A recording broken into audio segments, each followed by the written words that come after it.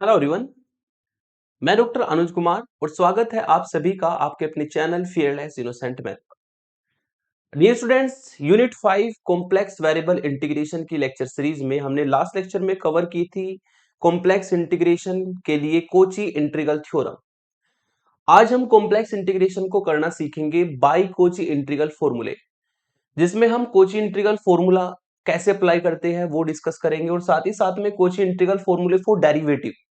तो कोची के इंटीग्रल फॉर्मूले जितने भी है सारे के सारे इस लेक्चर में कवर हो जाएंगे, बेसिक वाला फॉर्मूला भी और डेरिवेटिव्स के लिए जो फॉर्मूले बने हैं कोची इंटीग्रल फॉर्मूले वो भी हम आज के इस लेक्चर में कवर करने वाले हैं। और कॉम्प्लेक्स इंटीग्रेशन को सॉल्व करने वाले, कॉम्प्लेक्स वैल्यूड फंक्शन के इंटीग्रेशन को सॉल्व करने वाले हैं बाय कोची इंटीग्रल फॉर्मूले।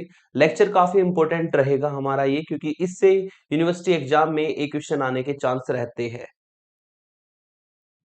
चलिए स्टार्ट करते हैं। सबसे पहले जान लेते हैं लेक्चर का content. Unit 5 complex variable integration, जो कि कॉम्प्लेक्स एनालिसिस का पार्ट है, जिसमें हम कोची के इंटीग्रल फॉर्मूले कवर करेंगे, सिंपल भी और डेरिवेटिव के लिए भी। ठीक है, लेक्चर में हम बेसिक से स्टार्ट करेंगे। सबसे पहले हम एनालिटिक फंक्शन की शॉर्टकट ट्रिक, जो कोची इंटीग्रल फॉर्मूले में हमें एनालिटिक फंक्शन को चेक करना होता है, उसको हम ट्रिक से करते हैं। वो ट्रिक क्या यूज करते हैं वो डिस्कस करेंगे। कोची का मेन इंटीग्रल फॉर्मूला क्या होता है, कोची का इंटीग्रल फॉर्मूला डिस्कस होगा। फिर कोची के इंटीग्रल फॉर्मूले जितने भी डेरिवेटिव के लिए बने हैं, first order derivative, second order derivative, third order derivative, उनको हम डिस्कस करेंगे। फिर इन इन पर बेस्ड एग्जांपल हम सॉल्व करेंगे, है ना। कोची इंटीग्रल फॉर्मूला और Kochi integral formula for derivative, सब पर बेस्ड एग्जांपल हम कवर करेंगे, जिसमें हमारे दो टाइप के एग्जांपल बनेंगे। ठीक है, type 1 examples of Kochi integral फॉर्मूले और type 2 examples of Kochi integral फॉर्मूले। ये टाइप 1 टाइप 2 कैसे बनते हैं ये मैं आपको आगे बताऊंगा। वैसे तीन टाइप के क्वेश्चन इसमें होते हैं, जिसमें से दो टाइप हम आज के इस लेक्चर में कवर करेंगे और एक टाइप जो मेन है, इंपॉर्टेंट है, वो नेक्स्ट लेक्चर होगा। ठीक है, जिसमें टाइप 3 को कवर करेंगे।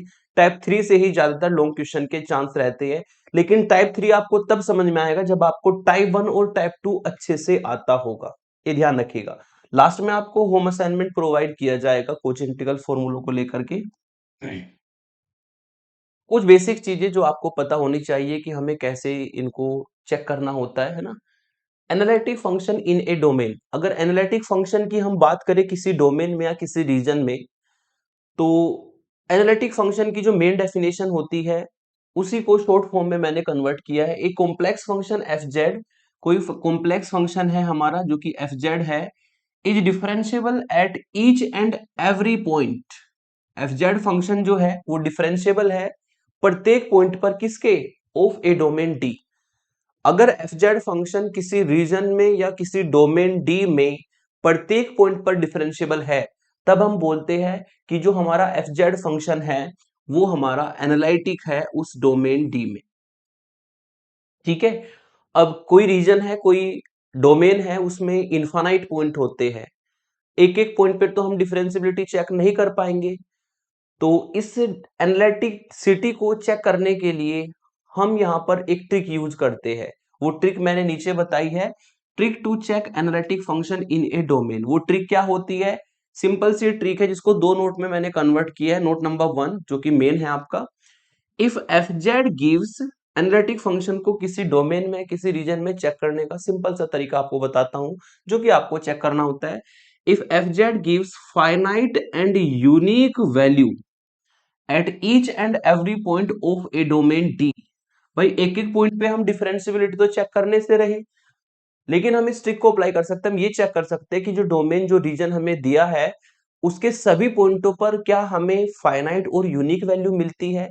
अगर आपको किसी डोमेन डी के सभी पॉइंटों पर फाइनाइट और यूनिक वैल्यू दे, ये function F Z, F Z function Z की वैल्यू रखने पर कुछ ना कुछ वैल्यू आती है, तो अगर वो सभी वैल्यूज फाइनाइट और यूनिक होती है सभी पॉइंटों के लिए, तब हम कहते हैं कि उस डोमेन डी में फंक्शन एफ जेड हमारा एनालिटिक है। ठीक है, ये सिंपल सा तरीका है। बस हमें तो ये चेक करना है कि जो भी डोमेन, जो भी रीजन आपको दिया है, उनके किसी पॉइंट पर फंक्शन आपको इन्फिनिटी वैल्यू तो नहीं दे रहा। जिस पर फंक्शन इन्फिनिटी वैल्यू देता है उस पर फंक्शन कभी भी एनालिटिक नहीं होता है। एनालिटिक होने के लिए फंक्शन को कैसी वैल्यू देनी पड़ेगी, फाइनाइट वैल्यू देनी पड़ेगी हर पॉइंट पे, और यूनिक वैल्यू देनी पड़ेगी। अगर फाइनाइट और यूनिक वैल्यू हर पॉइंट पे आपको मिलती है फंक्शन के लिए, तो वो फंक्शन उन पॉइंटों पर एनालिटिक होता है, या आप कह सकते हो डिफरेंशिएबल होता है। ठीक है, तो नोट नंबर 1 में मैंने बताया अगर आपको एफ जेड फाइनाइट और यूनिक वैल्यू दे सभी पॉइंटों पर डोमेन डी के, तो वो उस डोमेन डी में एनालिटिक होता है। दूसरा दूसरा इंपॉर्टेंट नोट, अगर आपको एफ जेड इंफिनिटी वैल्यू दे दे, if F Z tends to infinity at Z equal to A, अगर किसी point Z equal to A पर ये एफ जेड आपको इंफिनिटी वैल्यू दे दे, ठीक है, अगर z इक्वल टू ए पर एफ जेड आपको इन्फिनिटी वैल्यू दे दे, तो ऑब्वियसली ये एफ जेड इस पॉइंट पर एनालिटिक नहीं होगा। यही मैंने लिखा है, then F Z is not analytic at z equal to A. किसी पॉइंट को आपने रखा फंक्शन में और आपको उस पॉइंट पर इन्फिनिटी वैल्यू मिल जाए, तो उस पॉइंट पर फंक्शन कभी भी एनालिटिक नहीं होता है। और जिस पॉइंट पर फंक्शन एनालिटिक नहीं होता है, उसको हम या तो पोल कहते हैं, या फिर उसको दूसरे नाम से जाना जाता है सिंगुलर पॉइंट। ध्यान रखना, जिस पॉइंट पर फंक्शन एनालिटिक नहीं होगा मतलब उस पॉइंट पर वो आपको इन्फिनिटी वैल्यू देगा। ठीक है, सिंपल सा आपको चेक करना है, अगर किसी पॉइंट पर इन्फिनिटी वैल्यू मिलती है, तो उस पॉइंट पर हमारा फंक्शन एनालिटिक नहीं होता है, उसको पोल कहते हैं या फिर सिंगुलर पॉइंट कहते हैं। दो नामों से जाना जाता है, या तो पोल से या फिर सिंगुलर पॉइंट से। ठीक है, तो ये दो बातें आपको यूज करनी होती है, यही हमने कोची की इंटीग्रल थ्योरम में भी यूज की थी, इसी को हम कोची के इंटीग्रल फॉर्मूलों में भी यूज करेंगे। ठीक है, इसको एग्जांपल से समझते हैं। मान लो आपको इस तरीके से कोई एग्जांपल दिया है कि एफ जेड दिया है आपको ई की power Z upon Z minus three, तो ये फंक्शन है। ये फंक्शन देखा जाए तो आपको इन्फिनिटी कब देगा, जब ये डिवाइड वाला पोर्शन जीरो हो जाएगा, है ना। ई की पावर जेड के अपॉन में अगर जीरो आ जाए तो ये आपका फंक्शन इन्फिनिटी वैल्यू देगा। और अगर डिवाइड वाला पोर्शन जीरो हो गया, तो जीरो कब आएगा डिवाइड वाला पोर्शन, यदि इसमें जेड की वैल्यू को हम थ्री डाल दें। ठीक है, अगर z की वैल्यू को यहाँ पे थ्री डाल दे तो थ्री माइनस थ्री जीरो हो जाएगा, और उस केस में फंक्शन क्या हो जाएगा आपका, इन्फिनिटी हो जाएगा। तो ये जो फंक्शन है ये टेंस टू इन्फिनिटी होगा किस पॉइंट पर, at z equal to three point पर। इसका मतलब ये इस पॉइंट पर इन्फिनिटी है, तो ये इस पॉइंट पे कभी भी एनालिटिक नहीं होगा। और अगर ये इस पॉइंट पर एनालिटिक नहीं होगा, इसको हम पोल या सिंगुलर पॉइंट कहते हैं। ठीक है, तो ये z इक्वल टू थ्री है, ये जो फंक्शन एफ जेड है ये हमारा एनालिटिक नहीं है, not analytic at z equal to three. और इस z इक्वल टू थ्री को या तो पोल कहा जाता है, या फिर इसको सिंगुलर पॉइंट भी कहा जाता है। तो इस फंक्शन के लिए ये z इक्वल टू थ्री जो है ये पोल होगा या सिंगुलर पॉइंट, दोनों में से किसी एक नाम को आप यूज कर सकते हो अपने क्वेश्चन के अकॉर्डिंग। ठीक है, तो जिस पॉइंट पर फंक्शन इन्फिनिटी वैल्यू देता है वो फंक्शन उस पॉइंट पर एनालिटिक नहीं होता है। कुछ बेसिक चीजें नोट नंबर 3 में भी आपको बताई है मैंने, कि अगर कोई पोलिनोमियल हो जेड में, जैसे कि जेड आपको दे दिया जाए, जेड स्क्वायर दे दिया जाए, या Z square plus five Z plus three दे दिया जाए, इस तरीके से, है ना, कोई भी जेड में पोलिनोमियल दे दिया जाए, तो वो हमेशा एवरीवेयर एनालिटिक होता है, क्योंकि ये हमेशा आपको फाइनाइट वैल्यू देगा, यूनिक वैल्यू देगा। Sine Z cos Z, Z की आप कुछ भी वैल्यू रखिएगा फाइनाइट और यूनिक वैल्यू मिलेगी। ई की पावर जेड और ई की power minus Z finite complex plane में ये भी आपको फाइनाइट यूनिक वैल्यू देते हैं। तो ये जितने भी फंक्शंस मैंने लिखे हैं ये वेल नोन फंक्शंस है, ये वेल नोन फंक्शंस है कि ये एवरीवेयर एनालिटिक होते हैं फाइनाइट कॉम्प्लेक्स प्लेन में। ठीक है, हमेशा ध्यान रखना, इनको हम डायरेक्ट भी यूज करेंगे। जितने भी पोलिनोमियल हो, साइन जेड कोस जेड ई की पावर जेड ई की पावर माइनस जेड, ये सभी के सभी एनालिटिक फंक्शन होते हैं जेड की सभी वैल्यू के लिए, फाइनाइट वैल्यू के लिए। ठीक है, साथ ही साथ में log z भी आपका जो है वो भी आपका एनालिटिक फंक्शन होता है, लेकिन वो z is not equal to zero के लिए होता है। अगर z जीरो के बराबर नहीं है तो ये भी आपका फाइनाइट कॉम्प्लेक्स प्लेन में हमेशा एनालिटिक फंक्शन होगा, लेकिन ध्यान रहे z जो है जीरो के बराबर नहीं होना चाहिए, क्योंकि z इक्वल टू जीरो पर ये इन्फिनिटी वैल्यू देगा, ये z इक्वल टू जीरो पर एनालिटिक या डिफरेंशिएबल नहीं होता है। तो ये बेसिक चीजें हो गई जो कि आपने लास्ट यूनिट में भी अच्छे से समझी थी, और यहाँ पर भी मैंने इसको थोड़ा सा बता दिया, क्योंकि इसका हम यूज कोची इंटीग्रल फॉर्मूलों में करेंगे, कोची इंटीग्रल थ्योरम में भी किया था, इसलिए मैंने इसको थोड़ा सा एज ए रिवीजन लिया।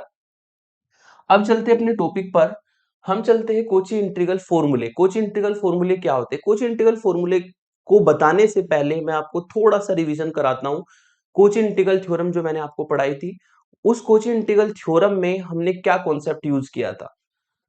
कुछ इंटीग्रल थ्योरम में हमने कॉन्सेप्ट यूज किया था कि अगर कोई फाइ जेड फंक्शन है, मान लो सपोज दैट, और ये फाइ जेड फंक्शन किसी क्लोज्ड कर्व सी, ये क्लोज कर्व सी है, इस क्लोज कर्व सी में ये फाइ जेड फंक्शन एनालिटिक है, ठीक है। इस क्लोज कर्व सी में ये फाइ जेड फंक्शन क्या है, एनालिटिक है। एनालिटिक मतलब फाइ जेड आपको हमेशा इस क्लोज कर्व सी में फाइनाइट और यूनिक वैल्यू देगा, जेड की आप कोई भी वैल्यू रख लीजिए, ठीक है। अगर ये फाइ जेड फंक्शन आपको इस कर्व सी की बाउंड्री पर भी, इसके अंदर भी आपको फाइनाइट और यूनिक वैल्यू देता है, तो फाइ जेड एनालिटिक होगा। और अगर फाइ जेड एनालिटिक फंक्शन है तो कोची की इंटीग्रल थ्योरम ने आपको ये कहा था कि आप इस फाइ जेड का इंटीग्रेशन, ठीक है, अगर इस क्लोज कर्व सी के अबाउट में करते हैं तो क्लोज कर्व सी के अबाउट में ये जो इंटीग्रेशन होता है ये हमेशा 0 के बराबर आएगा। ये थी हमारी कोची की integral theorem, CIT, Cauchy integral theorem, जिसके एग्जांपल्स हमने लास्ट लेक्चर में बहुत सारे किए थे। अगर फाइ जेड फंक्शन इस क्लोज कर्व सी में within and on close curve C analytic है, मतलब फाइनाइट और यूनिक वैल्यू देता है हर पॉइंट पे, तो उस फंक्शन का इंटीग्रेशन क्लोज कर्व सी के अबाउट में हमेशा 0 वैल्यू देता है। तो तब लगाई जाती है आपकी कोची की इंटीग्रल थ्योरम।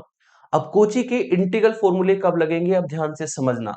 मान लो आपको ये फाइ जेड जो है कुछ इस तरीके से दे दिया जाए, फाइ जेड आपको दे दिया जाए इस तरीके से कि कोई जेड का फंक्शन ऊपर हो और नीचे आपका जेड माइनस जेड नोट की फॉर्म में हो, और आपको कहा जाए कि आप इसका इंटीग्रेशन कीजिए, ठीक है। ये जो आपका एफ जेड है upon Z minus Z note है, आप इसका इंटीग्रेशन कीजिए। तो फाइ जेड अगर इस फॉर्म में दे दिया जाए, और यहां पर भी किस तरीके से हो कि जो ऊपर वाला एफ जेड फंक्शन है ये तो क्लोज कर्व सी में आपका एनालिटिक फंक्शन हो, ये क्लोज कर्व सी में क्या हो, ऊपर जो फंक्शन है ये आपका क्लोज कर्व सी में एनालिटिक फंक्शन हो, लेकिन ये जो पूरा फाइ जेड फंक्शन है ये किस पॉइंट पे एनालिटिक नहीं है।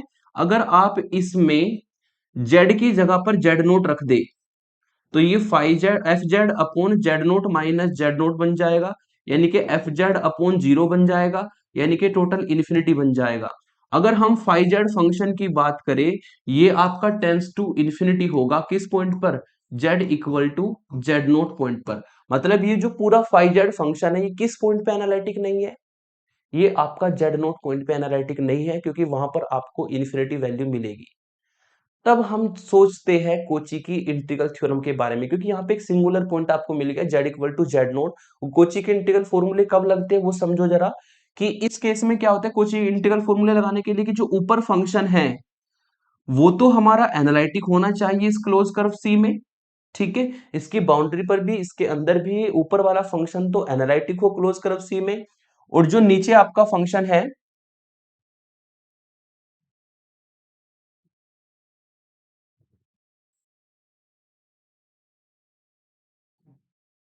ठीक है, ये जो नीचे आपका फंक्शन है, नीचे जो है जेड माइनस जेड नोट है, जेड माइनस जेड नोट में जो जेड नोट पॉइंट आएगा वो जेड नोट पॉइंट हमारा कर्व के अंदर लाई करे। कोची के इंटीग्रल फॉर्मूले लगाने के लिए जो ऊपर फंक्शन होगा वो तो आपका क्लोज कर्व सी में एनालिटिक होना चाहिए विद इन एंड ऑन, और जो नीचे वाला पॉइंट आया है एक पॉइंट जिस पर फंक्शन एनालिटिक नहीं है, पूरा इंटीग्रेशन अगर देखा जाए, पूरा इंटीग्रेशन ये आपका एक पॉइंट पर एनालिटिक नहीं बनेगा जेड नोट पॉइंट पर। तो हमने क्या किया, एफ जेड ऊपर एक अलग फंक्शन बनाया जो कि इस क्लोज कर्व सी में एनालिटिक है, और नीचे वाला जो पॉइंट है क्लोज कर्व सी के अंदर चला जाए, तब हम कोची के इंटीग्रल फॉर्मूले लगाते हैं। और कैसे लगाते हैं इसको हम समझते हैं फॉर्मूलों से, ठीक है। तो यदि कोई फंक्शन जो इंटीग्रेशन के अंदर है वो किसी पॉइंट पर एनालिटिक नहीं है, और वो पॉइंट हमारा कर्व के अंदर चला जाए, ठीक है, वो पॉइंट हमारा कर्व के अंदर चला जाए, तब हम लगाते हैं कोची के इंटीग्रल फॉर्मूले। कोची के इंटीग्रल फॉर्मूले आपको ये कहते हैं कि if F Z is analytic within and on close curve C, ठीक है। अगर एफ जेड कोई फंक्शन है जो कि क्लोज कर्व सी में एनालिटिक है, और क्लोज कर्व सी मैंने मान लिया ये आपका क्लोज कर्व सी है, सपोज दैट ये हमारा क्लोज कर्व सी है, और इस क्लोज कर्व सी में एफ जेड फंक्शन जो है ये एनालिटिक है ना, मतलब एफ जेड फंक्शन आपको हमेशा फाइनाइट और यूनिक वैल्यू देता है इस क्लोज कर्व सी में। एंड दूसरी कंडीशन यहां पर है Z naught is any point lies inside C, और जेड नोट एक ऐसा पॉइंट है जो इस सी के अंदर लाई करता है। इस तरीके से जेड नोट एक ऐसा पॉइंट है जो इस सी के अंदर लाई करता है। तो अगर जेड नोट आपका सी के अंदर लाई करता है तब हम इसमें कोची के इंटीग्रल फॉर्मूले लगा सकते हैं। कोची के इंटीग्रल फॉर्मूले क्या कहते हैं कि अगर ये दो कंडीशन सेटिस्फाई हो जाए कि एक तो फंक्शन आपका एनालिटिक हो जाए within and on close curve C, और दूसरा जेड नोट पॉइंट हमारा कर्व के अंदर लाई करे, तो हम इस तरह के इंटीग्रेशन को सॉल्व कर सकते हैं। इस तरह के इंटीग्रेशन का फॉर्मूला होता है integration C F Z upon Z minus Z naught D Z, बाहर होता है 1/2 पाई आई और एफ जेड नोट, ठीक है। और अगर इसको हम थोड़ा सा सिंप्लीफाई करें तो इंटीग्रेशन आपका बनेगा C F of Z upon Z minus Z naught D Z, ठीक है। और इक्वल टू में आएगा 2 पाई आई और एफ ऑफ जेड नोट। तो ये फॉर्मूला इस फॉर्म में कन्वर्ट हो जाएगा। इसको भी हम फिर अगर इसकी पावर 1 है, ठीक है, जेड माइनस जेड नोट की पावर 1 है, तो हमारा ये सिंपल कोची इंटीग्रल फॉर्मूला बनता है। इसको हम सिंपली कोची इंटीग्रल फॉर्मूला बोलते हैं।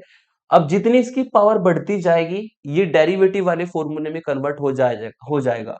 अगर इसकी पावर 2 हो जाएगी तो एक बार डेरिवेटिव वाला फॉर्मूला लगेगा। ये एफ डैश जेड नोट है, मतलब फंक्शन का एक बार डिफरेंशिएशन है और जेड नोट पर उसकी वैल्यू है ना। तो इसको अगर सॉल्व करेंगे, यहां पर देखा आपने इसकी दो पावर है, तो अगर दो पावर आती है तो इसको हम सॉल्व करेंगे कुछ इस तरीके से F of Z upon Z minus Z naught का होल स्क्वायर डी जेड और equal to 2 pi I upon factorial 1। ये आपका इधर आ जाएगा और किसके साथ मल्टीप्लाई होगा, एफ डैश जेड नोट के साथ मल्टीप्लाई होगा। मतलब अगर दो पावर है तो एक बार डिफरेंशिएशन होना है और फिर जेड नोट पर उसकी वैल्यू निकाली जानी है ना। फिर ऐसे ही अगर इसकी पावर 3 हो जाए, है ना, इस फैक्टर की पावर 3 हो जाए तो दो बार डिफरेंशिएशन होना है। Integration C F of Z upon Z minus Z naught की पावर 3 डी जेड, ये बराबर होगा 2 पाई आई और डिवाइड बाई फैक्टोरियल 3, इसको उधर ले आएंगे और F double dash Z note. इसी तरीके से हम ये सारे फॉर्मूले फाइंड कर सकते हैं। Integration C F of Z upon Z minus Z naught की power 4 D Z equal to 2 pi I upon factorial 3, 2 pi I, यहां पर फैक्टोरियल 2 है वही है ना, फैक्टोरियल 3 और F triple dash Z note, ठीक है। तो इसी तरीके से हम पावर्स को लेकर के एक जनरल फॉर्मूला यहाँ पे बना सकते हैं। जनरल फॉर्मूला बनेगा ये कि अगर इंटीग्रेशन आपको करना हो F Z upon Z minus Z naught की पावर n+1 का, एक पावर ज्यादा ली मैंने, है ना, तो इसका इंटीग्रेशन होगा, इसको हम इधर ले आएंगे, इसका इंटीग्रेशन होता है 2 pi I upon factorial n और एफ एन का मतलब यहाँ पे nth डेरिवेटिव से है जेड नोट। तो ये हमारा कोची के इंटीग्रल फॉर्मूले बन जाते हैं, ठीक है। पावर पे डिपेंड करता है कि कौन सा फॉर्मूला बनेगा। पावर को देखना होगा, अगर पावर फैक्टर की इस ये जो डिवाइड में फैक्टर है जेड माइनस जेड नोट, अगर इसकी पावर 1 है तो सिंपल कोची का इंटीग्रल फॉर्मूला लगेगा। और अगर इसकी पावर 2 है तो एक बार डेरिवेटिव का फॉर्मूला लगेगा। अगर इसकी पावर 3 है तो दो बार डेरिवेटिव का फॉर्मूला लगेगा। अगर इसकी पावर 4 है तो 3 बार डेरिवेटिव का फॉर्मूला लगेगा। अगर पावर n+1 है तो n बार डेरिवेटिव का फॉर्मूला लगेगा। मतलब जितनी यहाँ पे इस फैक्टर की पावर होती है उससे एक कम तक हमें डिफरेंशिएशन करना है। दो पावर है तो एक बार डिफरेंशिएशन, तीन पावर है तो दो बार डिफरेंशिएशन, चार पावर है तो तीन बार डिफरेंशिएशन। लेकिन फॉर्मूले कब लगेंगे, जब वो दो कंडीशन सेटिस्फाई करेंगे। दो कंडीशन क्या होती है कि ये जो ऊपर फंक्शन हर जगह पे आपको दिखाई दे रहा है एफ जेड, ये एफ जेड फंक्शन जो है ये इस क्लोज कर्व सी पर एनालिटिक हो, पहली कंडीशन। जब तक ये दो कंडीशन फुलफिल नहीं होगी तब तक हम इस फॉर्मूले को नहीं लगा सकते, ठीक है। तो पहला, जो ऊपर जितने भी फंक्शन बनेंगे आपके एफ जेड, वो आपके एनालिटिक होने चाहिए विद इन एंड ऑन इस क्लोज कर्व सी पे।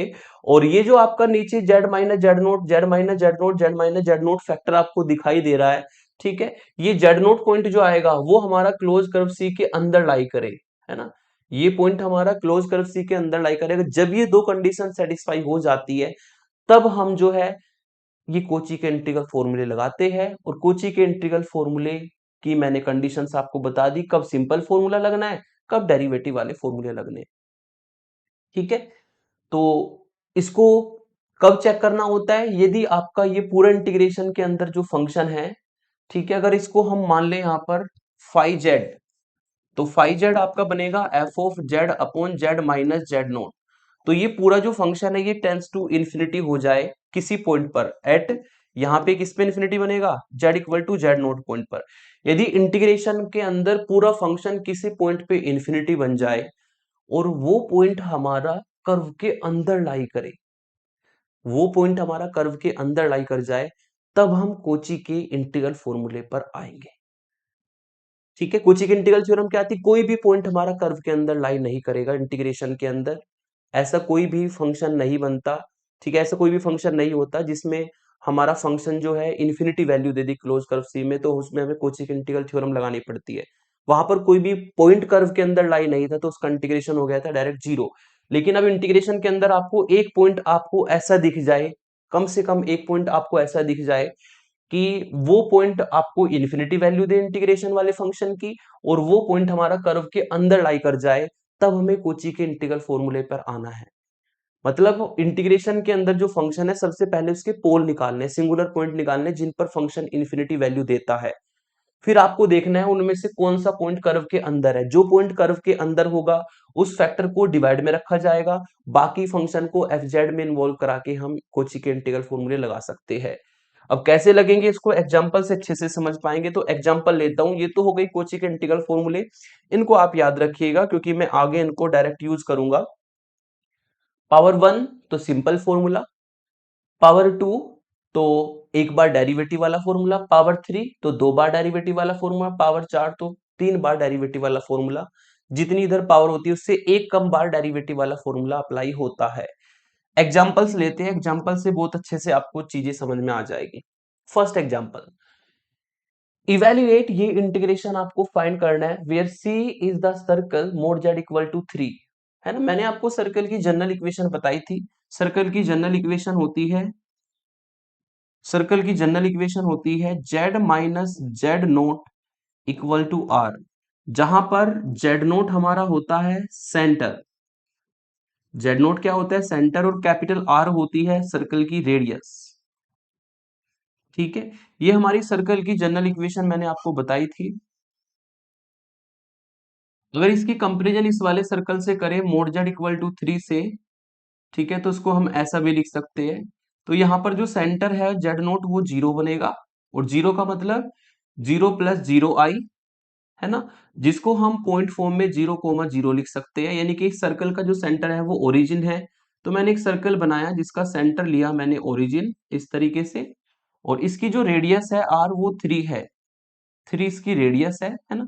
तो इस सर्कल को हम बना लेते हैं पहले, एक ऐसा सर्कल जिसका ओरिजिन तो सेंटर हो, जो कि ये ओरिजिन सेंटर है। अगर तीन रेडियस है इसकी, तो यहां से यहां तक तीन लेंथ होगी, तो ये पॉइंट आपको मिलेगा जीरो कोमा सॉरी, ये पॉइंट आपको मिलेगा थ्री कोमा जीरो। ये यहाँ पे भी माइनस में थ्री लेंथ तक जाएगा, तो माइनस थ्री कोमा जीरो, ये पॉइंट जीरो कोमा थ्री, और ये point zero comma minus three.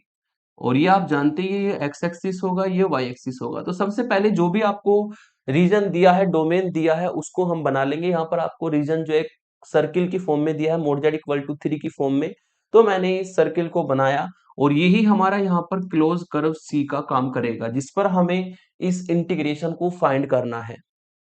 ठीक है, अब सबसे पहले आपने रीजन और फिगर को बनाया, उसके बाद इंटीग्रेशन को देखते हैं। इंटीग्रेशन दिया है आपको e की power z upon z minus two. आपको ये चेक करना है जो इंटीग्रेशन आपका, इंटीग्रेशन के अंदर जो आपका फंक्शन है वो किस पॉइंट पे इंफिनिटी वैल्यू देगा, और वो पॉइंट हमारा क्या कर्व में लाई करता है। अगर वो पॉइंट कर्व में लाई कर गया तो आप कोची के इंटीग्रल फॉर्मूलों को ट्राई करेंगे, है ना। तो यहाँ पर अगर इस फंक्शन को देखा जाए जो इंटीग्रेशन के अंदर है, ठीक है, ये आपको जो है z इक्वल टू टू पर, है ना, अगर इसमें आप z की वैल्यू को टू रख दे तो ये e की power z upon two minus two E की पावर z अपॉन जीरो हो जाएगा, जो कि इन्फिनिटी वैल्यू देगा। ठीक है, तो ये आपको जो है z इक्वल टू टू पर इन्फिनिटी वैल्यू देगा। इसका मतलब है z इक्वल टू जो टू पॉइंट है ना, टू को आप इस तरह भी लिख सकते हो, टू प्लस आई इंटू जीरो कॉम्प्लेक्स फॉर्म में, यानी कि टू कोमा जीरो जो पॉइंट है ये हमारा यहाँ पर पोल है। इस इंटीग्रेशन के लिए पोल है, या पोल भी कह सकते हैं, सिंगुलर पॉइंट भी कह सकते हैं। तो इस पूरे इंटीग्रेशन को हमने देखा, z इक्वल टू 2, एक पोल हमें मिल गया। अब हमें ये चेक करना है क्या ये पोल हमारा कर्व के अंदर है, मतलब जो ये सिंगुलर पॉइंट आया है जिस पर फंक्शन इन्फिनिटी वैल्यू देगा, ठीक है, क्या ये हमारा पॉइंट इस सर्कल के अंदर है? चेक कर लेते हैं। पॉइंट है आपका 2,0, 2,0 पॉइंट तो भाई 3,0 से कहीं पे पहले ही होगा, तो मैंने यहां पर इसको कंसिडर किया, ये इससे पहले यहां पर होगा, है ना। और ये पॉइंट आपका बनेगा, ये पॉइंट आपका बनेगा 2,0, यानी कि जो आपका z इक्वल टू 2 पॉइंट है, ये हमारा कर्व के अंदर लाई करता है। इसको हम कह सकते हैं z इक्वल टू 2 पॉइंट, जिसको हमने पॉइंट फॉर्म में 2,0 लिखा है, ये कर्व के अंदर लाई करता है। इसका मतलब हम कोची के इंटीग्रल फॉर्मूले को ट्राई कर सकते हैं। कोची का इंटीग्रल फॉर्मूला ये कहता है कि जो ऊपर फंक्शन है उसको आप लेट कर लो एफ जेड के बराबर, तो एफ जेड को मैंने लेट किया ई की पावर जेड, और जो नीचे आपका जेड माइनस जेड नोट की फॉर्म में है पॉइंट, और जेड नोट पॉइंट हमारा कर्व के अंदर लाई करता है, उस पॉइंट को लेना है जो कर्व के अंदर लाई करता है ना। तो जेड इक्वल टू 2 जो है, यहाँ पर अगर जेड नोट को लेट करे तो जेड नोट हमारा लेट हो जाएगा 2, ठीक है, जो कि कर्व के अंदर लाई करता है, जो हमने चेक कर ही लिया है ना। इसको हम 2 प्लस 2,0 पॉइंट भी कह सकते हैं, जो ऊपर मैंने आपको बताया है। तो हमने कोची का इंटीग्रल फॉर्मूला लगाने के लिए ऊपर जो फंक्शन है उसको एफ जेड माना, नीचे जो जेड नोट हमें कंसिडर करना होता है बाय द फॉर्मूला, ठीक है, उसको हमने जेड नोट माना। दो चीजें आपको लेकर के चलनी होती है कोची के इंटीग्रल फॉर्मूले में, एक एफ जेड फंक्शन, एक जेड नोट की वैल्यू। और जेड नोट की वैल्यू कौन सी लेते हैं? जो पॉइंट कर्व के अंदर लाई करेगा, जिस पर आपका ये पूरा इंटीग्रेशन इन्फिनिटी बन जाता है, उस पॉइंट को हम कर्व के अंदर देखते हैं कि नहीं। अगर वो कर्व के अंदर है, इसको जेड नोट मानना है। अब ये जो एफ जेड फंक्शन है ई की पावर जेड, ये तो जेड की सभी वैल्यू के लिए एनालिटिक होता है, तो इसका मतलब ये क्लोज कर्व सी पे भी एनालिटिक होगा। हमने लिख दिया, therefore F Z is analytic within and on close curve C. ये तो क्लोज कर्व सी पे भी फोर और जेड के लिए एनालिटिक होता है, मैंने आपको बताया था, ठीक है। और दूसरा जो जेड नोट पॉइंट है वो हमारा कर्व के अंदर लाई करता है, and Z naught equal to 2 lies inside C. दोनों कंडीशन कोची इंटीग्रल फॉर्मूले की सेटिस्फाई हो गई, फिर तो हम कोची का इंटीग्रल फॉर्मूला लगा सकते हैं।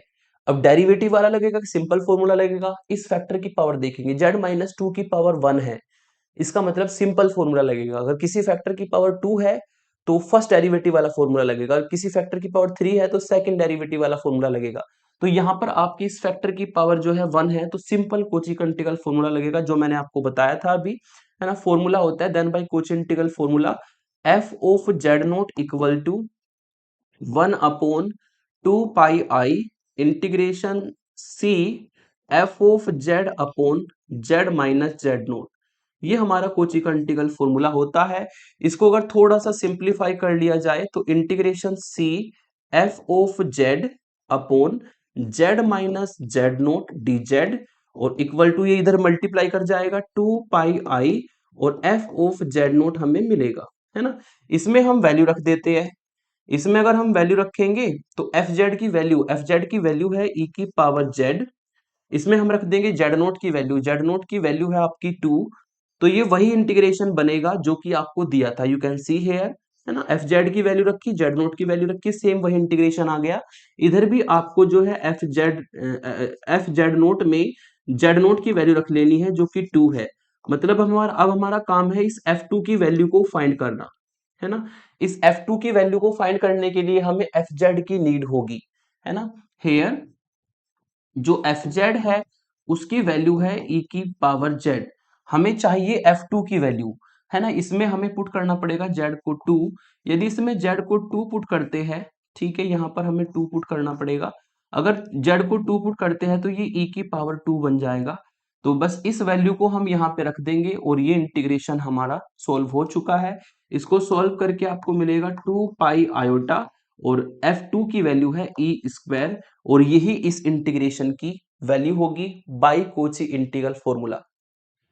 तो जैसे कोची इंटीग्रल फॉर्मूले की डेफिनेशन है, ऐसे आपको क्वेश्चन में प्रोसीड करना है। एक ऊपर फंक्शन कंसीडर करना है जो कि क्लोज कर्व सी में एनालिटिक हो, हमेशा फाइनाइट और यूनिक वैल्यू दे उस क्लोज कर्व सी में। दूसरा, एक पॉइंट जिस पर इंटीग्रेशन आपका इन्फिनिटी बनता है, एक पॉइंट जो पोल होता है, पोल हमारा सिंगुलर पॉइंट हमारा कर्व के अंदर लाई करे, जेड नोट जिसको आप कहते हैं, यदि ये दो कंडीशन सेटिस्फाई होती है तो कोची के इंटीग्रल फॉर्मूले हम लगा सकते हैं और कोची के इंटीग्रल फॉर्मूले से इस तरीके से वैल्यू को फाइंड कर सकते हैं। ठीक है, नेक्स्ट एग्जांपल लेते हैं। सेकंड एग्जांपल, आपको इस इंटीग्रेशन को इवेल्युएट करना है और सर्कल आपको दिया है z माइनस आई का मॉडुलस इक्वल टू 2। अगर z माइनस आई का मॉडुलस इक्वल टू 2 है ना, तो गिवन सर्कल में हम लिख सकते हैं, गिवन सर्कल में हम लिख सकते हैं भाई,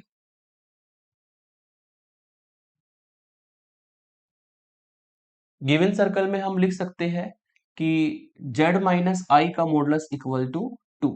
अगर यहाँ पे सेंटर को निकाला जाए, ठीक है, तो जेड नोट की जो वैल्यू है, अगर हम कंपैरिजन करें स्टैंडर्ड फॉर्म से Z minus Z naught equal to R से, तो जेड नोट की वैल्यू हमारी आयोटा आएगी। आयोटा को हम 0+1 इंटू आई भी लिख सकते हैं, जिससे कि पॉइंट पता लग जाएगा, 0,1 इसका सेंटर होगा और इक्वल में आर जो इसकी है रेडियस है, 2 इसकी रेडियस है। तो इससे कंपैरिजन करने पर आपको सेंटर सर्कल का और रेडियस पता लग जाएगी, है ना। तो इसका सेंटर है आपका 0,1 और रेडियस है इसकी r इक्वल टू 2। तो इसका सेंटर बनाएंगे हम, ये 0,1 पॉइंट जो है ये x एक्सिस है, ये y एक्सिस है। तो इसका जो सेंटर है वो हमारा जाएगा y एक्सिस पर, यहाँ पर जाएगा इसका सेंटर, है ना। और इसका सेंटर है आपका 0,1 और चूंकि इसकी रेडियस 2 है, तो जब इसमें 2 ऐड करेंगे 1 में, तो यहाँ पर आपका जो पॉइंट आपको मिलेगा 0,3 पॉइंट मिलेगा। और नीचे अगर यहाँ पर देखें तो यहाँ से यहाँ तक 1 लेंथ और यहाँ से यहाँ तक -1 लेंथ, तो 2 रेडियस यहाँ पे कवर हो जाएगी, तो 0,-1 पॉइंट मिलेगा। अब निकालने हैं आपको ये वाला पॉइंट और ये वाला पॉइंट, इसकी भी जरूरत पड़ेगी, है ना। तो हम क्या करते हैं इसके लिए, इस सर्कल में, इस सर्कल में हम सर्कल की इक्वेशन बना लेते हैं। एक ऐसा सर्कल बनाएंगे जिसका सेंटर तो 0,1 हो, रेडियस 2 हो। स्टैंडर्ड फॉर्मूला आप सभी जानते हैं सर्कल के लिए, स्टैंडर्ड फॉर्मूला होता है x माइनस एक्स नोट का whole square plus y minus Y naught का whole square equal to R square. ये कार्टेशियन फॉर्म में होता है जो 12th में पढ़ा होगा। कॉम्प्लेक्स फॉर्म में होता है जो जस्ट अभी बताया था, z minus Z naught equal to R, जहां पे जेड नोट सेंटर होता है, आर रेडियस होती है, यहाँ पे X naught Y naught centre होता है और आर रेडियस होती है। अगर इस फॉर्मूले में हम 0,1 रख दे, ठीक है, हेयर, अगर इस फॉर्मूले में हम 0,1 रख दे एक्स नोट और वाई नोट की जगह, तो आपको मिलेगा एक्स माइनस 0 का होल स्क्वायर और प्लस वाई माइनस 1 का whole square equal to radius का स्क्वायर यानी कि 2 का स्क्वायर 4 होगा। अब ये पॉइंट निकालने के लिए आपके ये एक्स एक्सिस वाले पॉइंट है, एक्स एक्सिस पर वाई 0 होता है, तो इसमें हम y को 0 पुट करेंगे। अगर इसमें y को 0 पुट करते हैं तो यहां से आपको मिलेगा एक्स स्क्वायर और यहां से आपको मिलेगा y को 0 रखने पर -1 का होल स्क्वायर यानी कि 1 इक्वल टू 4। जिसको सॉल्व करेंगे तो X square equal to 4 minus 1 3 मिलेगा। यहां से x की वैल्यू हमारी आएगी प्लस माइनस √3, है ना। यानी कि ये जो पॉइंट है, ये दोनों पॉइंट, है ना, यहाँ पर y तो फिक्स है, x एक्सिस पे 0 होता है, तो ये पॉइंट होगा आपका √3,0 और ये पॉइंट होगा आपका -√3,0। ठीक है, और √3 की वैल्यू 1.76 समथिंग होती है, यू नो वेरी वेल, है ना। √3 की वैल्यू चेक कर लेना कैलकुलेटर में, एग्जैक्ट नहीं पता मेरे को भी, लेकिन इतना पता है 1.76 के आसपास होती है, ये ध्यान रखिएगा। तो हमने क्या किया, ये सारे पॉइंट्स को डिनोट कर लिया अकॉर्डिंग टू क्वेश्चन सबसे पहले। अब हम इसमें क्या करेंगे भाई,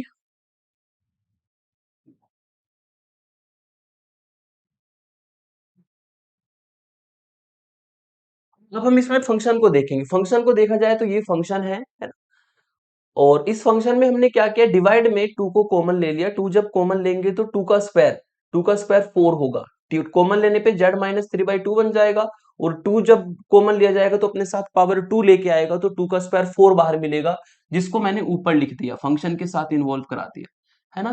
तो यहां पर आपको देखना है इस पूरे इंटीग्रेशन में पोल क्या बनेगा, मतलब ये पूरा इंटीग्रेशन जो है, जो पूरे इंटीग्रेशन के अंदर फंक्शन है, ये इन्फिनिटी कब बनेगा, वही पोल होता है हेयर। जो पोल होगा आपका वो होगा जेड को अगर हम यहाँ पे, जेड को अगर हम यहाँ पे 3/2 रख दे, ठीक है, तो 3/2 माइनस 3/2 0 बन जाएगा, पूरा इंटीग्रेशन 0 बनेगा। तो इस इंटीग्रेशन में जो पोल है वो 3/2 होगा, जिससे पॉइंट अगर बनाएंगे तो 3/2 प्लस 0 इंटू आई बनेगा, यानी कि इससे पॉइंट आपका बनेगा 3/2 और कॉमा 0। अब आपको देखना है जो इस इंटीग्रेशन का पोल है क्या ये हमारा कर्व के अंदर है।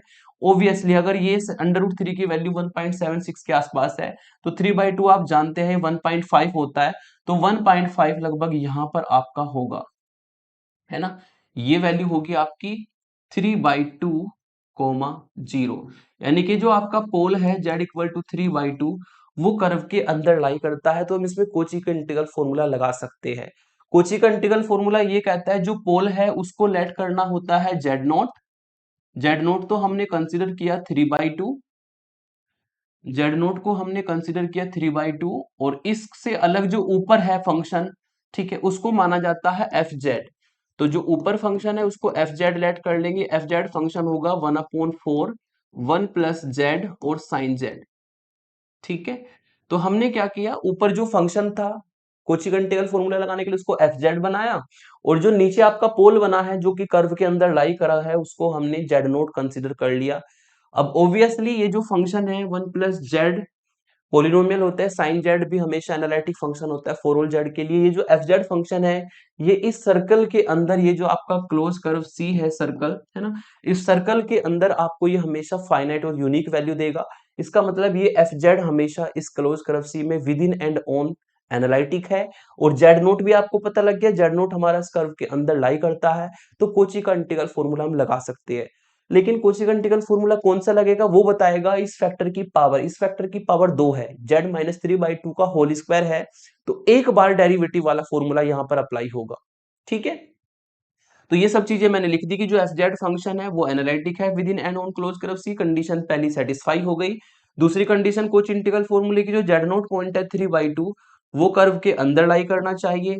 तब हम यहाँ पर कोची का इंटीग्रल फॉर्मूला डेरिवेटिव वाला लगा सकते हैं। डेरिवेटिव वाला फॉर्मूला आपका होता है, फर्स्ट डेरिवेटिव वाला लगाएंगे क्योंकि दो पावर में आपका है ना। दो पावर में अगर होता है तो फॉर्मूला होता है फैक्टोरियल 1/2 पाई इंटीग्रेशन इंटीग्रेशन सी और एफ ऑफ जेड, और अपोन में जो फैक्टर होता है उसकी पावर 2 होती है। जब इस फैक्टर की पावर 2 होती है डिवाइड में z-z0 का होल स्क्वायर होता है तो एक बार डेरिवेटिव वाला फॉर्मूला लगता है। और अगर इसको हम थोड़ा सा सिंप्लीफाई कर ले तो integration C F of Z upon z-z0 का होल स्क्वायर डी जेड, ये बराबर आएगा आपका 2 पाई अपॉन फैक्टोरियल 1, और ये एफ डैश जेड नोट। इसमें सबकी वैल्यू रख देंगे। अगर इसमें सबकी वैल्यू रखी जाए तो पहले रखा जाएगा एफ जेड है आपका 1/4 1 प्लस जेड और साइन जेड, ठीक है। नीचे जेड नोट की वैल्यू रखेंगे, जेड नोट की वैल्यू है 3/2। वैल्यू रखने पर ऑब्वियसली ये वही इंटीग्रेशन बनेगा जो ऊपर लिखा हुआ है, you can see here F Z और जेड नोट की वैल्यू रखने पर वह इंटीग्रेशन बन गया। इसका मतलब you are going right, okay. अब 2 पाई अपॉन फैक्टोरियल 1, इधर भी हम जेड नोट की वैल्यू रख देंगे। जेड नोट की वैल्यू है 3/2, यानी कि अब आपको ये एफ डैश 3/2 की वैल्यू निकालनी है और यहां पर पुट करनी है। एफ डैश 3/2 का मतलब फंक्शन एफ जेड का एक बार डिफरेंशिएशन, और जेड नोट की वैल्यू उसमें रखी जाएगी 3/2। तो इसको मैं यहां पर निकाल के दिखाता हूं आपको। इसको मैं इधर की साइड में निकालता हूं। एफ जेड है हमारा, एफ जेड है हमारा 1/4 और 1 प्लस जेड और साइन जेड के बराबर। हमें निकालना है पहले F dash Z. F dash Z जब निकालेंगे तो दोनों फंक्शन जेड के हैं तो उसमें जो है आपका 1/4 तो कांस्टेंट रहेगा, और अंदर लगा देंगे हम प्रोडक्ट रूल, है ना। बाई पार्ट डिफरेंशिएशन करेंगे तो ये होगा 1 प्लस जेड तो रखेंगे एज इट इज, और साइन जेड का डिफरेंशिएशन होगा कोस जेड। फिर हम प्लस का साइन लगाएंगे, साइन जेड को रखेंगे एज इट इज, और 1 प्लस जेड का डिफरेंशिएशन होगा 1। तो ये इसका डिफरेंशिएशन होगा एफ डैश जेड। हमें निकालना है एफ डैश 3/2 की वैल्यू। तो हम क्या करेंगे, इसमें जेड की वैल्यू को 3/2 रख देते हैं।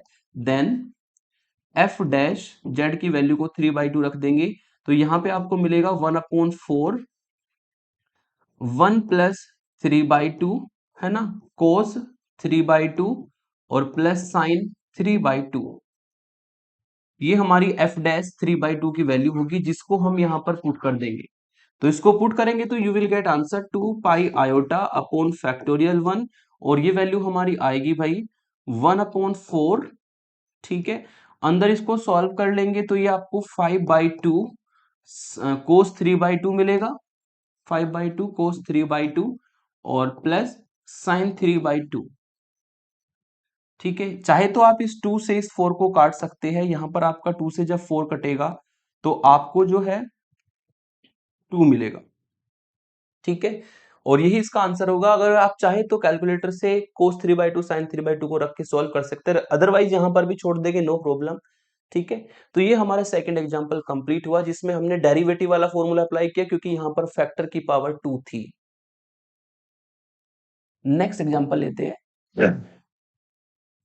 नेक्स्ट एग्जांपल में आप देख सकते हैं कि ये आपका फंक्शन है। ठीक है, और यहां पर डिवाइड में जो फैक्टर है इसकी पावर 3 है। और अगर पूरे इंटीग्रेशन के फंक्शन को देखें, ये पूरा इंटीग्रेशन का अगर फंक्शन देखें तो इसके लिए जो पोल बनेगा वो पोल क्या होगा भाई, हेयर पोल इज, मतलब जिस पे ये इंटीग्रेशन आपको इन्फिनिटी वैल्यू देगा, पोल बनेगा इसका जब इसमें जेड को π/6 रख देंगे तो 0 बन जाएगा। तो ये सारा इंटीग्रेशन इन्फिनिटी बना देगा फंक्शन की वजह से, है ना। तो यहां पर जो पोल है वो जेड इक्वल टू π/6 है। ठीक है, अब आपको क्या करना है, इस π/6 को देखना है कि कर्व के अंदर है या बाहर है। कर्व है आपका मोड जेड इक्वल टू 1, जो कि एक ऐसा सर्कल है जिसमें सेंटर तो होगा ओरिजिन, रेडियस होगी इसकी 1, तो ये पॉइंट 10, ये पॉइंट -10, ये पॉइंट 01 और ये पॉइंट होगा 0 - 1।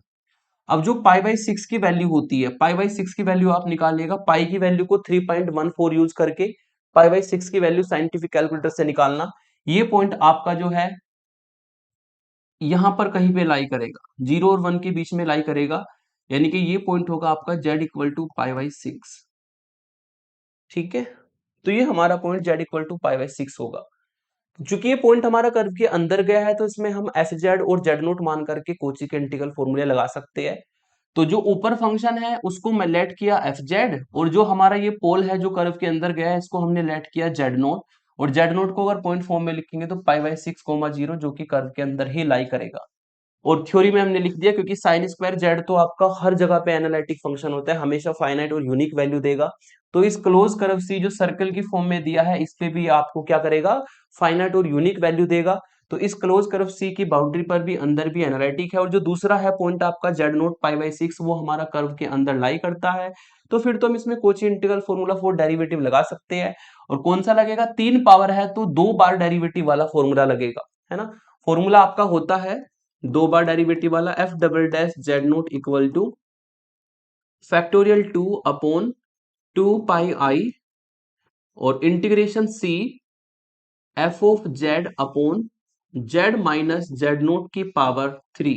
3 पावर में डबल डेरिवेटिव वाला फॉर्मूला लगता है। इसको अगर सिंप्लीफाई किया जाए तो integration C F of Z upon Z minus Z naught की power 3 D Z equal to 2πi upon factorial 2 और F double dash Z note.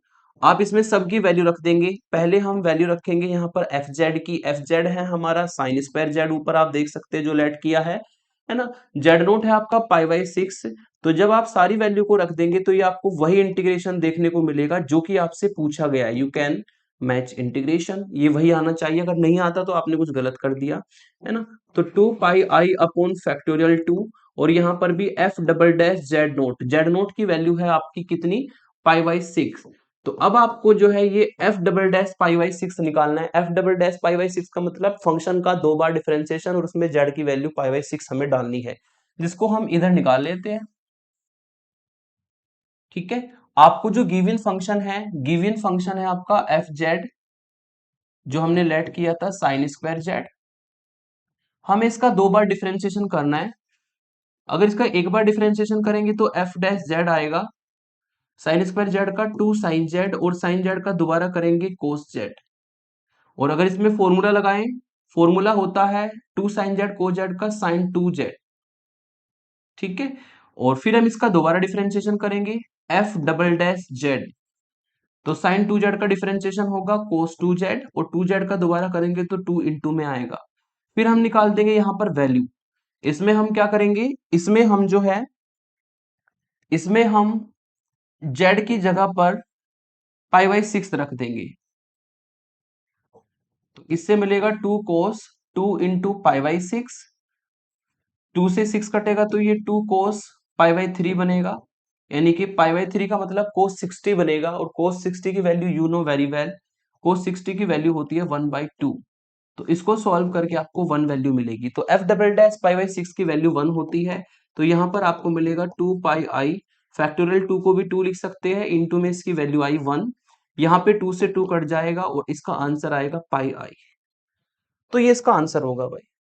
तो इसमें हमने अप्लाई किया डबल डेरिवेटिव वाला कोची का इंटीग्रल फॉर्मूला। नेक्स्ट एग्जांपल लेते हैं, है ना।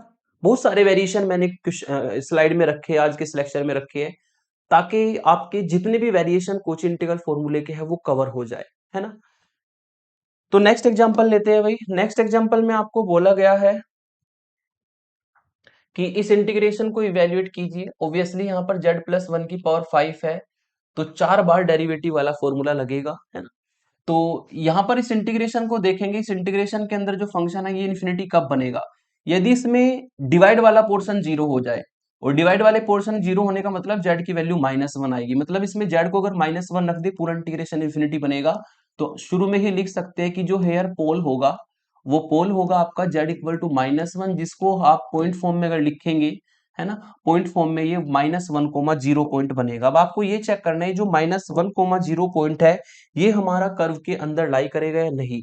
कर्व आपको दिया है mod z equal to 2, obviously आपको दिख गया होगा ये सर्कल है जिसका सेंटर तो है ओरिजिन और रेडियस है 2, तो ये पॉइंट होगा 2 0, ये पॉइंट होगा -2 0, ये पॉइंट होगा 0 2, है ना, ये पॉइंट होगा 0 -2, और this is your x axis and this is your y axis. और पॉइंट है आपका -1, 0, -1, 0 यहाँ पर लाई करेगा इस तरफ, -1, 0, और ये आपका z equal to, sorry z naught equal to -1 point है।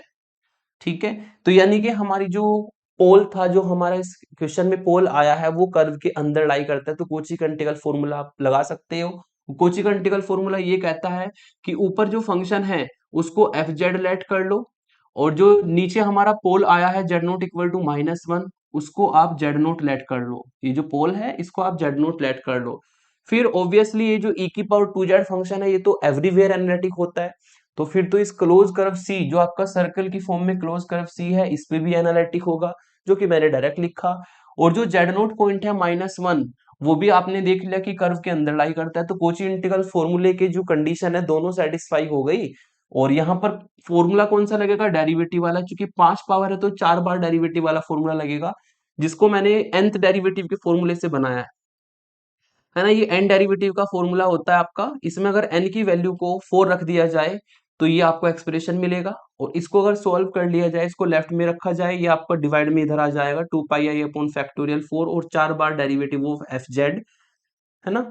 तो यहाँ पर हम क्या करेंगे, सबकी वैल्यू रख देंगे। एफ जेड की वैल्यू है आपकी e की पावर 2z, और डिवाइड में जेड नोट की वैल्यू है -1। जब -1 यहाँ पे रखेंगे तो माइनस माइनस प्लस हो जाएगा, और आप चेक कर सकते हैं ये वही इंटीग्रेशन बनेगा जो कि आपसे पूछा गया है। राइट साइड में मिलेगा 2 पाई आई अपॉन फैक्टोरियल 4, और फंक्शन का 4 बार डिफरेंशिएशन करना है ना। और जेड नोट की वैल्यू -1 रखना है। तो अब हम करते हैं फंक्शन का 4 बार डिफरेंशिएशन इस तरफ, और फिर वैल्यू को रख देंगे, है ना। हेयर जो एफ जेड की वैल्यू है वो हमारा e की पावर 2z है। एफ डैश जेड निकालेंगे तो e की पावर 2z का e की पावर 2z इंटू में 2 आ जाएगा। एफ डबल डैश जेड निकालेंगे तो e की पावर 2z का 2z इंटू में 2 और आ जाएगा 4। एफ ट्रिपल डैश जेड निकालेंगे तो e की पावर 2z का e की पावर 2z इंटू में 8 हो जाएगा। और एफ फोर्थ जेड निकालेंगे तो यहाँ पर हो जाएगा आपका 16 e की पावर 2z। डिफरेंशिएशन के सिंपल डिफरेंशिएशन है, एंड देन फिर हम वैल्यू निकाल देंगे। वैल्यू किस पे निकालनी है आपको, -1 पॉइंट पे इसकी वैल्यू निकालनी है।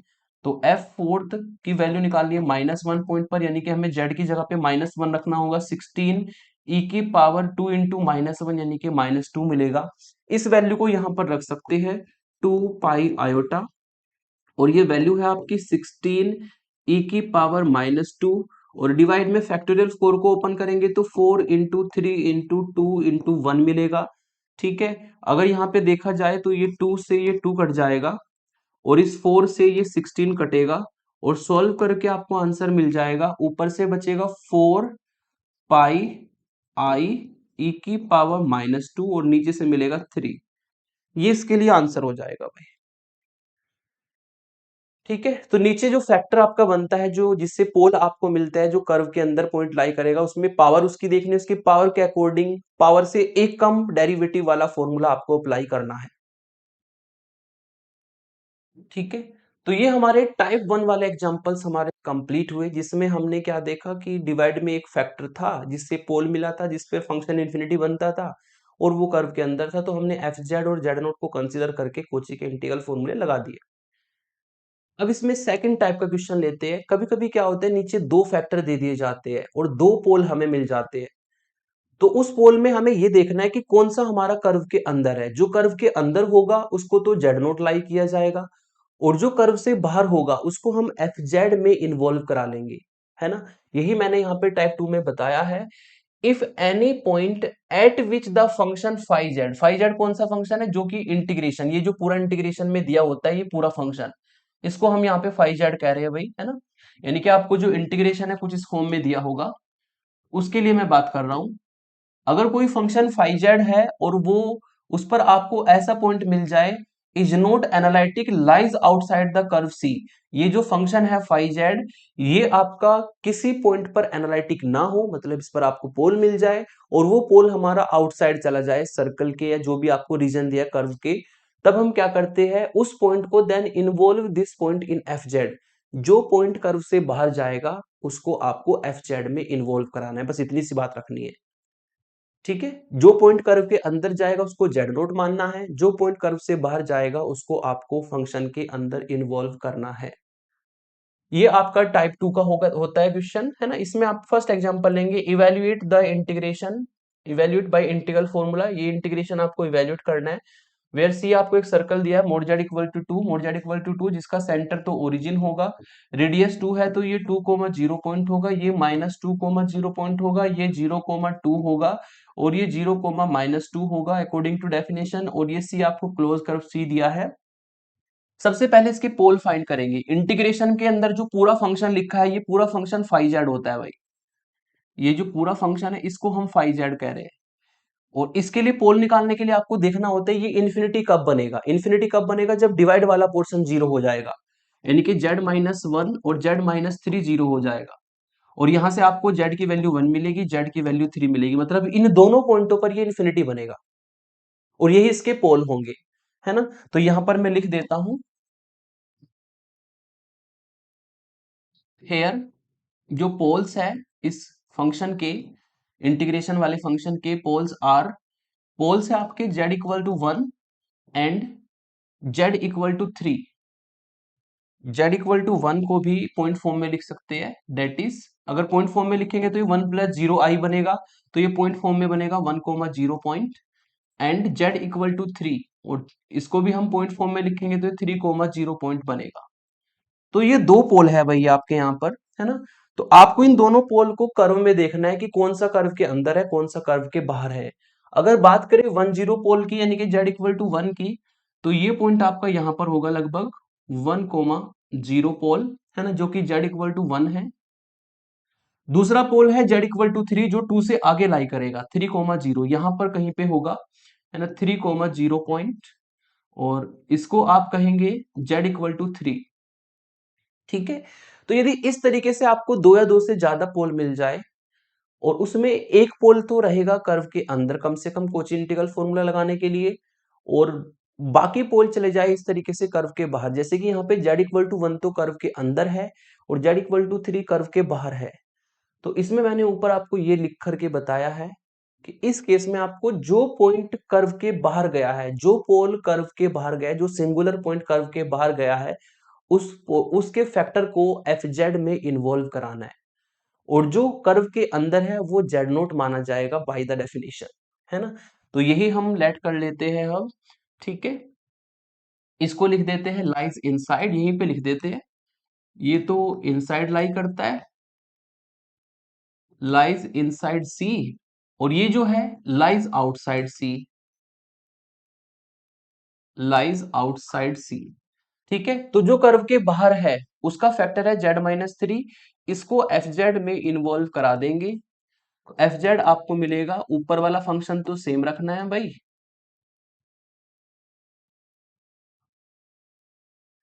और इसमें z-3 जो कर्व के बाहर गया है पोल, वो वाला फैक्टर लेना है।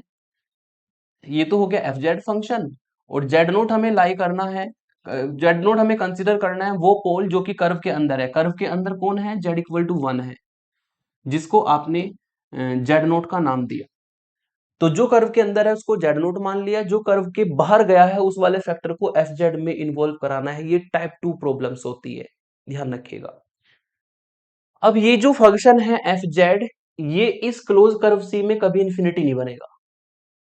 ये इंफिनिटी बनेगा z=3 पर, वो कर्व से बाहर है। हमें तो क्लोज कर्व सी में देखना होता है ना, क्लोज कर्व सी में फंक्शन एनालिटिक होना चाहिए, मतलब क्लोज कर्व सी में हर पॉइंटों पे फाइनाइट वैल्यू मिले, और मिलेगी। अगर आप इसकी किसी भी पॉइंट को रखते हैं इस क्लोज कर्व सी के अंदर, आपको हमेशा फाइनाइट वैल्यू मिलेगी। ये केवल एक ही पॉइंट पे इन्फिनिटी बनेगा z=3 पर, वो कर्व से बहुत दूर है, 3,0 पॉइंट, वो कर्व से बहुत दूर है।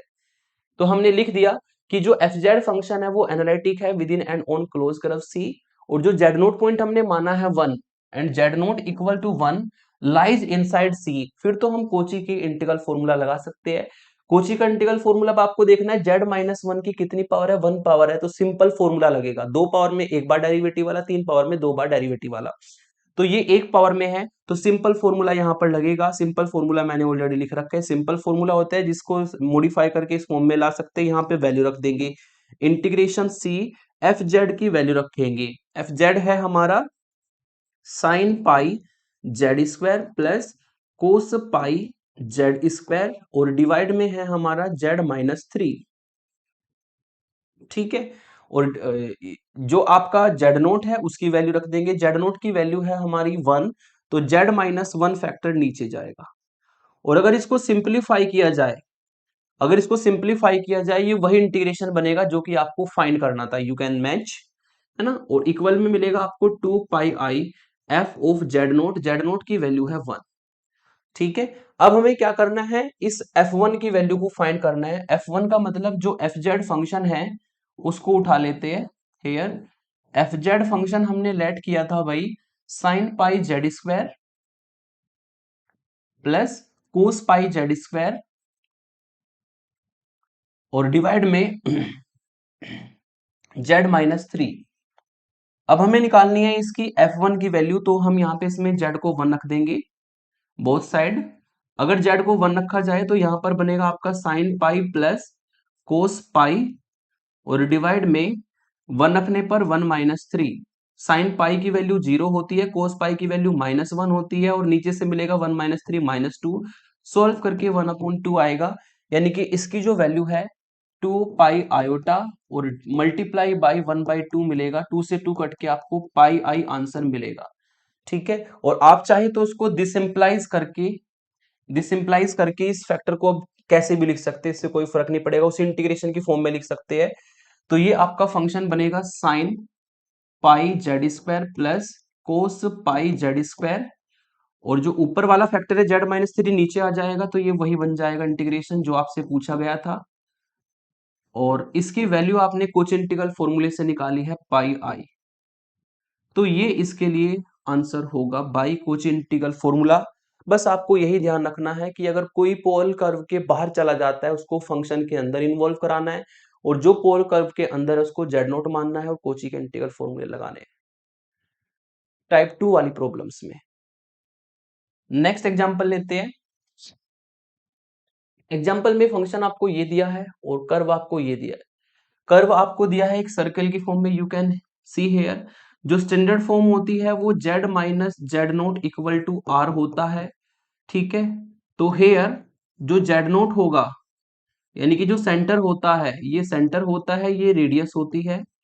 जो सेंटर है वो पाई की फॉर्म में मिलेगा आपको, z0 की वैल्यू पाई मिलेगी। पाई को हम पाई प्लस 0 i लिखें तो ये आपका पाई कोमा 0 तो हो जाएगा इसके लिए सेंटर, और r हो जाएगी इसके लिए रेडियस जो कि पाई है।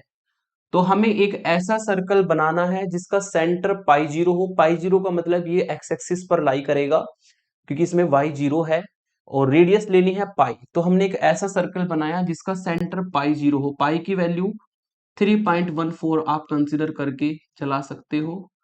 चूंकि इसकी रेडियस पाई है, तो यहां से यहां तक की लेंथ पाई होगी, तो ये पॉइंट आपका 0 0 बन जाएगा। और यहां से यहां तक की लेंथ पाई जब इसमें ऐड होगी तो ये आपका 2 पाई 0 पॉइंट बन जाएगा। ठीक है, तो ये हमारा क्लोज कर्व सी दिया है सर्कल की फॉर्म में, जो कि मैंने आपको बताया। अब आपको देखना है जो इंटीग्रेशन हमें करना है उसमें पोल कौन कौन से है ना। हेयर पोल्स आर, मतलब पोल्स किस किस पॉइंटों पे ये इंटीग्रेशन आपको इन्फिनिटी वैल्यू देगा। एक तो z इक्वल टू 1 पर और एक z इक्वल टू 8 पर। अगर इसमें z को 1 और z को 8 रख दिया जाए तो ये पूरा फंक्शन इंटीग्रेशन के अंदर जो है, ये पूरा फंक्शन जो इंटीग्रेशन के अंदर है ये इन्फिनिटी बन जाएगा। तो इस इंटीग्रेशन के अंदर जो पोल है वो है आपके z इक्वल टू 1, जिससे पॉइंट बनेगा 1, 0। और दूसरा पोल है आपका z इक्वल टू 8, जिससे पॉइंट बनेगा 8, 0। ठीक है, अब दोनों पोल्स को देखना है कौन सा कर्व के अंदर जाएगा कौन सा कर्व के बाहर जाएगा। z इक्वल टू 1, 1 का मतलब 1, 0, ये लगभग यहां पर जाएगा आपका पॉइंट 1, 0 पॉइंट, ये हो गया z इक्वल टू 1 पॉइंट। और जो z इक्वल टू 80 पॉइंट है, 2 पाई की वैल्यू 6 पॉइंट समथिंग होगी, तो इससे आगे जाएगा। तो लगभग यहाँ पर आपको ये दूसरा पोल देखने को मिलेगा z इक्वल टू 8, जिसका पॉइंट बनेगा 8, 0, ये काफी आगे जाकर के आपको मिलेगा। ठीक है, तो टाइप 2 में जाएगा जो पोल कर्व के अंदर है z इक्वल टू 1 उसको z0 मानना है, जो कर्व के बाहर है उसके फैक्टर को फंक्शन में इन्वॉल्व करा देना है ना। तो यहां पर हम लेट कर लेते हैं भाई f ऑफ z को e की पावर z अपॉन, ये बाहर है तो इस फैक्टर को एफ जेड में इन्वॉल्व करा देंगे। और ये अंदर है z इक्वल टू 1, तो z नोट की वैल्यू 1 मान लेंगे। अब ये जो फंक्शन है एफ जेड, ये इस क्लोज कर्व सी में कभी भी इंफिनिटी नहीं बनेगा। ये बनता है इंफिनिटी z इक्वल टू 8 पर, जो कि कर्व से बहुत आगे है। ठीक है, इसका मतलब ये एफ जेड फंक्शन इस क्लोज कर्व सी में within and on analytic है। ऑब्वियसली जो z इक्वल टू 1 पॉइंट है ये आपका कर्व के अंदर लाई करता है, तो उसमें कोची का इंटीग्रल फॉर्मूला लगा देंगे। और कौन सा लगेगा, 2 पावर में है ये z-1, तो डेरिवेटिव वाला लगेगा। तो Kochi integral formula for derivative formula लिखा। जब 2 पावर होती है तो एक बार डेरिवेटिव वाला फॉर्मूला लगता है, इसको सिंपलीफाई करेंगे ये आएगा, इसमें सारी वैल्यू को पुट कर देंगे। इंटीग्रेशन सी एफ जेड की वैल्यू होगी e की पावर z अपॉन z-8, और नीचे आपको मिलेगा z-1 का होल स्क्वायर dz, और equal to 2 pi I upon factorial 1, और f डैश z नोट की वैल्यू कितनी है भाई, z नोट की वैल्यू है 1। और अगर इसको थोड़ा सा और सिंपलीफाई कर दिया जाए तो ये वही इंटीग्रेशन बनेगा जो कि आपको दिया गया था।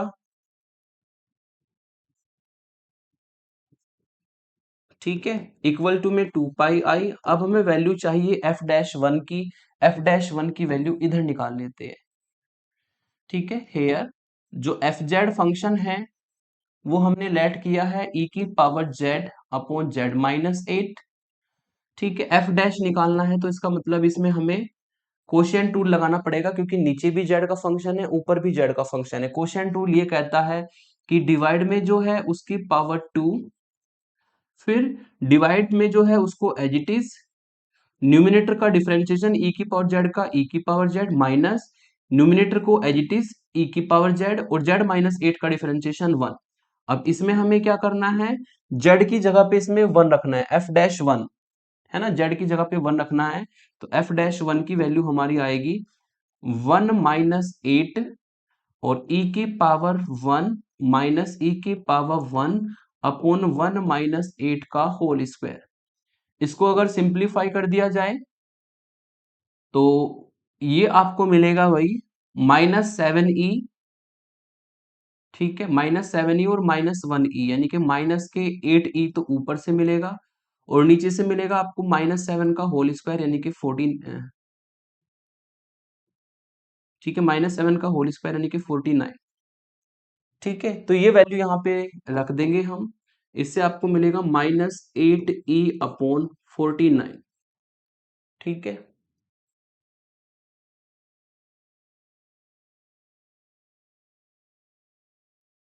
बस इसको मल्टीप्लाई करके लिख दीजिएगा, ये इसके लिए आंसर होगा। नेक्स्ट एग्जांपल लेंगे। नेक्स्ट एग्जांपल दिया है आपको कि प्रूफ करो ये इंटीग्रेशन इस पाई अपॉन 16 के बराबर होगा। और सी यहाँ पे क्लोज कर्व है जेड माइनस आई का मॉडुलस इक्वल टू 2, तो ये एक सर्कल बनेगा। और अगर जेड नोट की यहाँ पे बात करें सेंटर की, तो वो आई होगा। आई को हम 0+1 इंटू अगर आई लिखें तो इसका 0,1 सेंटर होगा, एंड रेडियस इसकी 2 होगी। और अगर इसकी स्टैंडर्ड फॉर्म लिखेंगे तो x माइनस 0 का whole square plus y minus 1 का whole square equal to radius का होल स्क्वायर 4, ये आपको मिलेगा। तो इस सर्कल का सेंटर 0,1 है, तो इस सर्कल का सेंटर हम बना देंगे 0,1। क्योंकि रेडियस 2 है, तो ये पॉइंट हो जाएगा आपका 0,3, 1 में 2 ऐड हो जाएगी रेडियस, है ना। और इधर आपका हो जाएगा 0,-1 पॉइंट। ये दोनों पॉइंट निकालने के लिए इसमें ऐसे ही आप y को 0 रख दो। अगर इसमें y को 0 रखते हैं तो X square plus 1 equal to 4 आएगा, जिससे आपको x की वैल्यू मिलेगी ±√3। तो पॉइंट आपको मिलेगा, देयरफॉर पॉइंट आपको मिलेगा √3, 0 एंड -√3, 0। कौन से पॉइंट होंगे ये? एक्स एक्सिस पर जो पॉइंट है, क्योंकि एक्स एक्सिस के लिए हम y को 0 रख सकते हैं। ये एक्स एक्सिस, ये y एक्सिस, ये रियल एक्सिस, ये इमेजिनरी एक्सिस। तो ये √3, 0 यहाँ पर जाएगा आपका पॉइंट। इंटरसेक्टिंग पॉइंट निकालने के लिए y को 0 रखते हैं। और ये -√3/0, √3 की वैल्यू 1.76 समथिंग होती है।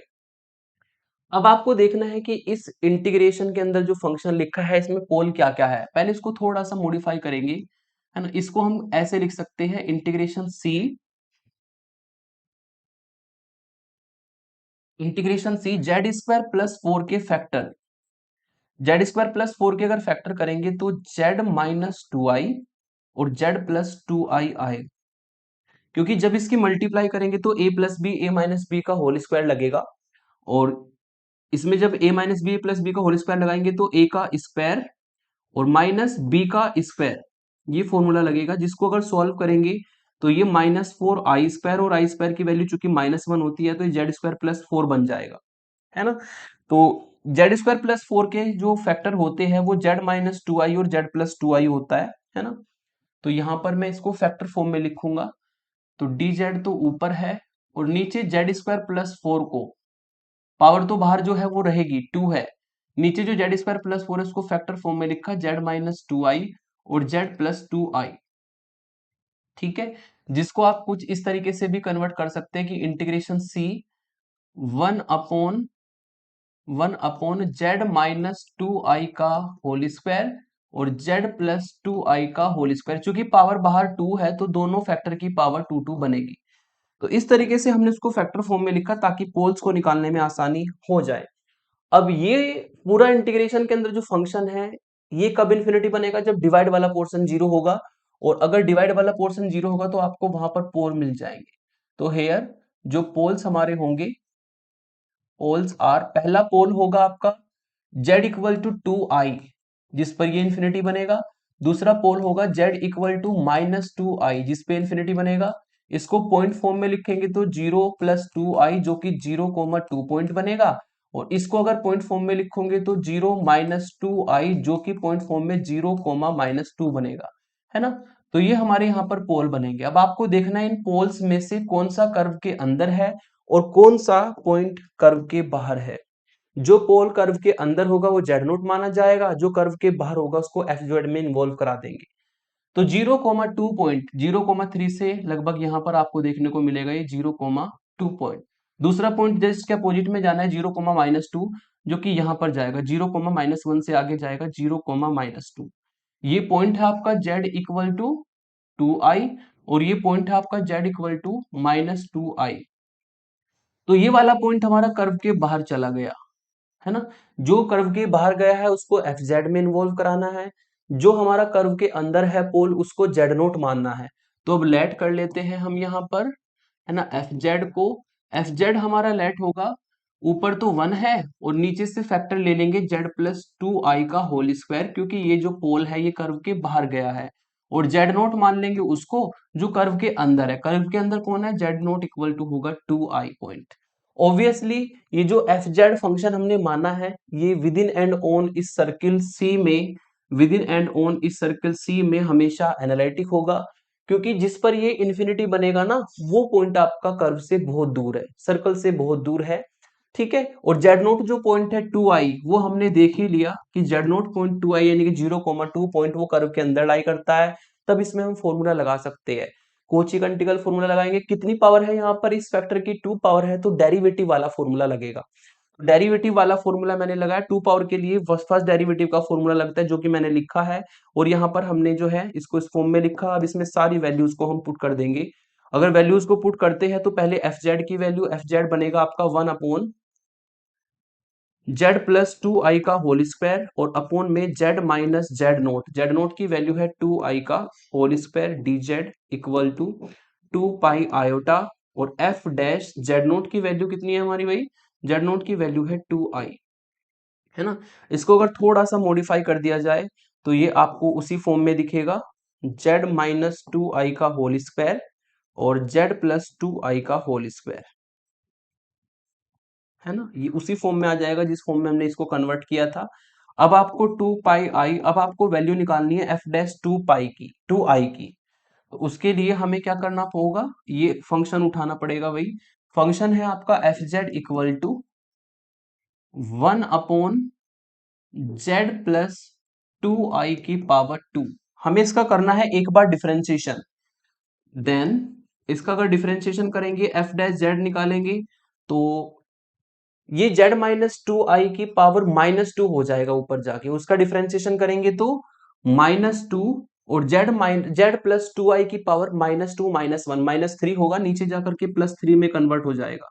तो ये जेड प्लस 2i की पावर 3 बन जाएगा, ठीक है। और जेड प्लस 2i की पावर 3 बनेगा, जेड प्लस 2i का दोबारा करेंगे तो 1 आएगा। तो ये इसका डिफरेंशिएशन होगा। फिर हमें इसमें जेड की जगह पर 2i डालना है, तो जेड को 2i डाल देंगे। देयरफॉर अगर जेड को 2i डालते हैं तो एफ डैश 2i की वैल्यू हमारी बनेगी